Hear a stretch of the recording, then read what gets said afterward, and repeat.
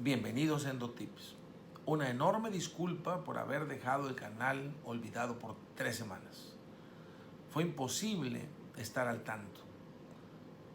3 semanas de intensa actividad académica, 15 conferencias, un par de mesas redondas, un advisory board, me alejaron de ustedes con este tema que lo tenía preparado hace prácticamente 3 semanas. Les pido una enorme disculpa. Intentaré que no vuelva a pasar. Hoy vamos a hablar del hipertiroidismo, otra causa muy frecuente de consulta en medicina de primer contacto, medicina familiar y general, medicina interna y por supuesto endocrinología. El hipertiroidismo constituye una de las patologías más conocidas por el médico desde su época de estudiante. Los síntomas son muy característicos y fácilmente identificables. Dentro del hipertiroidismo, la enfermedad de Graves-Basedow es sin duda la más común causa de hipertiroidismo. Y como ustedes saben, se caracteriza, inicialmente era una tríada de síntomas de hipertiroidismo, la presencia de bocio y el exoftalmos. Posteriormente, a esta tríada se le agregó el mixedema pretibial, que si bien es una causa o una manifestación poco frecuente de la enfermedad, porque existe en menos del 5% de las veces, es más, se habla entre 1 y 4%, es una característica descriptiva de esta enfermedad. La presencia de exoftalmos se presenta en el 25%, y prácticamente todos los pacientes tienen síntomas de hipertiroidismo. Es una enfermedad con un fondo autoinmune importante y con un fondo genético también muy significativo. El hipertiroidismo tiene síntomas fáciles de identificar y clásicos. Taquicardia, el más frecuente de ellos, pérdida de peso de manera significativa, intolerancia al calor, hiperactividad, no puede estar quieto en ningún lugar, insomnio, sudoración profusa, sobre todo sudoración de manos, pero este sudor es caliente, es húmedo y caliente. Tiene temblor fino distal, aumento en las evacuaciones, incluso llegando a la diarrea. El diagnóstico diferencial debe hacerse con aquellos pacientes con alto nivel de ansiedad, con inquietud, hiperactividad, con insomnio, que no duermen bien, que no saben estar quietos, y lo cual empeora mucho si se agrega exoftalmos porque los etiquetan como psiquiátricos. Otro paciente muy común para hacer diagnóstico diferencial son aquellos que tienen taquiarritmia, que tienen fibrilación auricular, aquellos que tienen cuadros de diarreas frecuentes, y también de manera muy importante con aquellos pacientes que están perdiendo peso de una manera muy importante. Los pacientes entonces pueden llegar del psiquiatra, pueden ser derivados del cardiólogo, del gastroenterólogo, y por supuesto que una buena exploración física, revisar bien el cuello, buscar bocio, ver el temblor distal, tocar la humedad de la piel, son fundamentales para el diagnóstico diferencial, además de un perfil tiroideo muy bien tomado. Después de la enfermedad de Graves-Basedow, otras causas frecuentes de hipertiroidismo pueden ser un nódulo tóxico solitario o un bocio multinodular tóxico, en los cuales la diferencia es básicamente al palpar la glándula y sentir los nódulos, el nódulo solitario o los diferentes nódulos. El hipertiroidismo suele ser menos intenso y no hay exoftalmos. Otra causa, la tiroiditis subaguda, generalmente tiene el antecedente de un cuadro viral respiratorio y el diagnóstico es fácilmente identificable porque al explorar la glándula tiroides hay un dolor intenso que incluso el paciente retira su mano de ustedes. Eso es clásico de una tiroiditis subaguda. Un Hashimoto en etapa inicial también puede dar hipertiroidismo. Y aquí la diferencia es que el paciente les refiere los datos de hipertiroidismo, quizá tenga un perfil tiroideo de una semana o 10 días previo alterado, leve, no nunca tan alto, Pero al revisarlo, ya no hay taquicardia, ya no sienten el bocio de manera importante y la glándula es un poco indurada y no tiene datos de hiperactividad. Porque recuerden que en el hipertiroidismo clásico por Graves-Basedow, la glándula es intensa, difusa y sobre todo tiene datos de actividad. Es decir, tiene un tril y si ponen la mano se siente claramente el latido carotídeo amplio y el flujo sanguíneo por la alta vascularidad de la glándula. Para el diagnóstico del hipertiroidismo suele ser necesario un perfil tiroideo. La elevación es tan contundente y los síntomas y signos tan fácilmente reconocibles que no es necesario más. Y con eso es un buen seguimiento.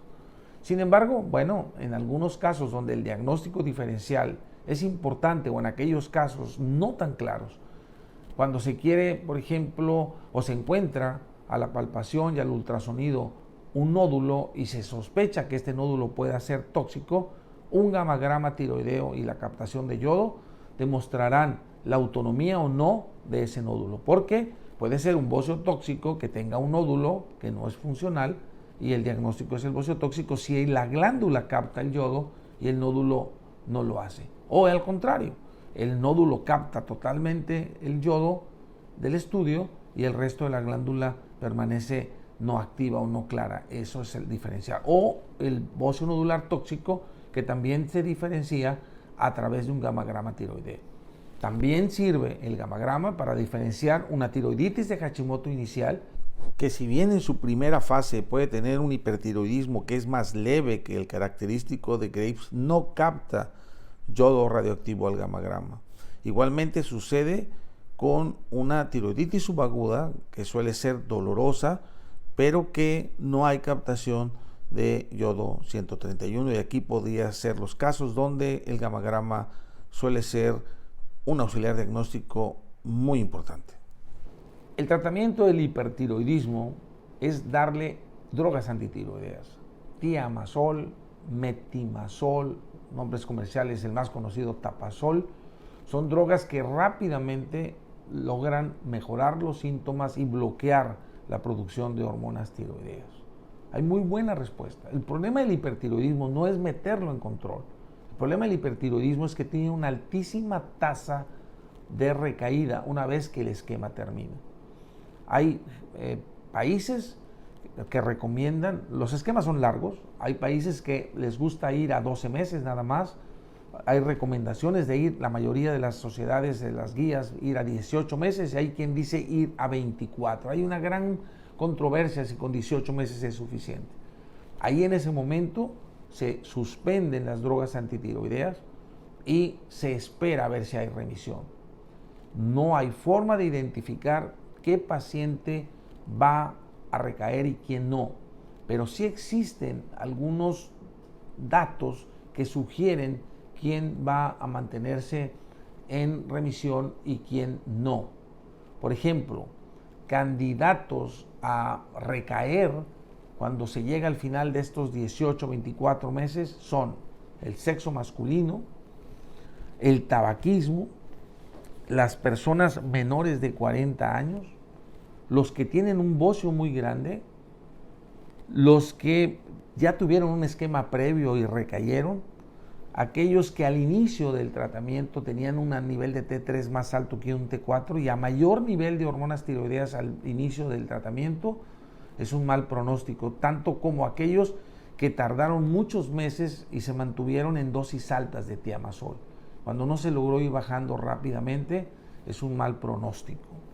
Y por supuesto que la presencia de anticuerpos, los famosos TRAB, son los anticuerpos, es la presencia alta de estos anticuerpos, tanto al inicio de la enfermedad como al llegar al final, son marcadores de inminente recaída al suspender las drogas antitiroideas. Un tip muy importante es hacer una buena evaluación inicial. Un error común que se comete es ser titubeante en el inicio de las drogas antitiroideas. Si el bocio es grande, los síntomas son intensos, los niveles de T3 más altos que T4 y los niveles de T4 serán más del doble, inicia con dosis altas, 30 miligramos. Si crees que los síntomas son moderados o el bocio no es muy grande, quizá 20 miligramos. pero iniciar con dosis bajas está asociado con mayor probabilidad de recaída de la enfermedad.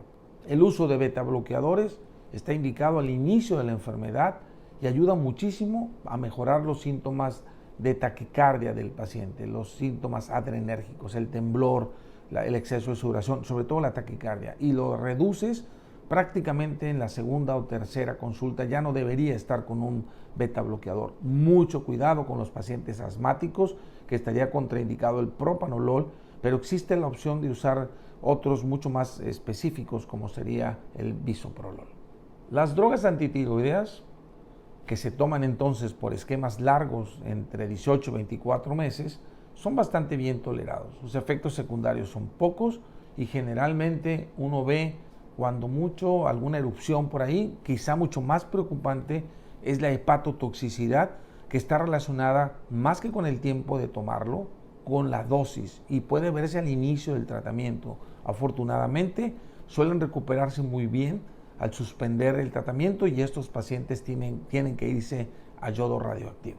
El yodo radioactivo es un buen tratamiento para el hipertiroidismo y muchos médicos prefieren ir directo a tratamiento en presencia de un bocio muy grande, sobre todo si no hay exoftalmos. Hay que preocuparse si hay exoftalmos para preparar al paciente para la administración de yodo, y para esto se tiene que administrar corticoides a dosis altas. Generalmente 50 miligramos de prednisona una semana antes protege muy bien al ojo de no tener una exacerbación por la presencia de yodo, y se continúa por lo general ya reduciendo la dosis 7 días después de la administración del yodo 131. El tratamiento quirúrgico del hipertiroidismo rara vez es necesario. En realidad, pocos pacientes tienen que ser llevados a cirugía hoy día. Los esquemas con drogas antitiroideas bien llevados, en el tiempo correcto, con las dosis iniciales correctas, bien seguidos por el médico, bien adheridos por el paciente, son muy eficaces.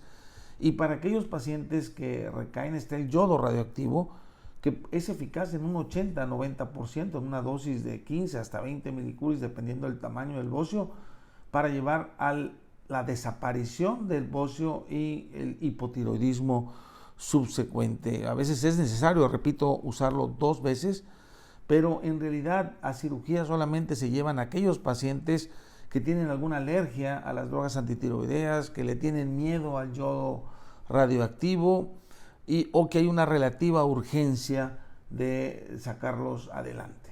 Tips finales para cerrar el tema. Número 1, dosis altas al inicio y ajustar cada 4 o 6 semanas. Empiezan con 30, vean el perfil tiroideo, bajen a 20 miligramos, después pueden ir bajando. En unos 6 meses el paciente ya está en una dosis sostenida de 10 miligramos. El perfil tiroideo lo dice todo. Tip número 2, usen prednisona en presencia de exoftalmos. He visto muchos casos que lamentablemente no se usa esta estrategia. La inflamación se endurece y después el exoftalmos no revierte con facilidad. Es importante para mejor evolución del exoftalmos usar prednisona desde el inicio de la enfermedad. La dosis puede variar entre 30 y 50 miligramos dependiendo de la severidad del exoftalmos y la participación de la conjuntiva, los tejidos blandos como los párpados y la movilidad ocular si están afectados los músculos. Tip número 3. El tamaño del bocio también es un dato para ir mirando cómo vamos. Si el bocio va reduciendo de tamaño, es una manera, junto con el perfil tiroideo, de ver en la siguiente cita qué tanto ajuste debemos de hacer. El perfil tiroideo suele decir exactamente qué tenemos que hacer en cada consulta de control. Es un poco complicado, pero intentaré hacerlo sencillo. Un nivel, evidentemente, el más fácil de todos, T4 y T3 altas, TSH inhibidas, implica que la enfermedad está fuera de control, independientemente si hay síntomas o no, ya merita aumentar la dosis. Un perfil con T4 y T3 ya normales, con cierta tendencia a la baja incluso, con TSH que tiende a subir, permite una reducción de la dosis. Una reducción que puede ser de 5 miligramos de la dosis anterior. Si incluso la T3 y la T4 están bajas y la TSH empieza a mostrarse claramente alta, la dosis puede reducirse 10 miligramos, hacer una reducción mucho más importante. Pero T3 y T4 normales, con TSH inhibida, no lo toques. Mantente en la dosis anterior en la que estabas. Y por supuesto, una T3 y T4 normales con una TSH normal en límites discretamente hacia arriba, permite una reducción discreta de la dosis. Al llegar al final de los 18 a 24 meses, hay que hacer una muy buena evaluación. ¿Cómo está el perfil tiroideo? ¿Cómo está el bocio? Porque los síntomas generalmente ya no van a existir, si tiene exoftalmos o no. La presencia de un bocio de un considerable tamaño al llegar al final del tratamiento es altamente sugestivo de recaída. Si el paciente tiene TSH suprimidas a pesar de tener T4 y T3 normales, es altamente probable que recaiga.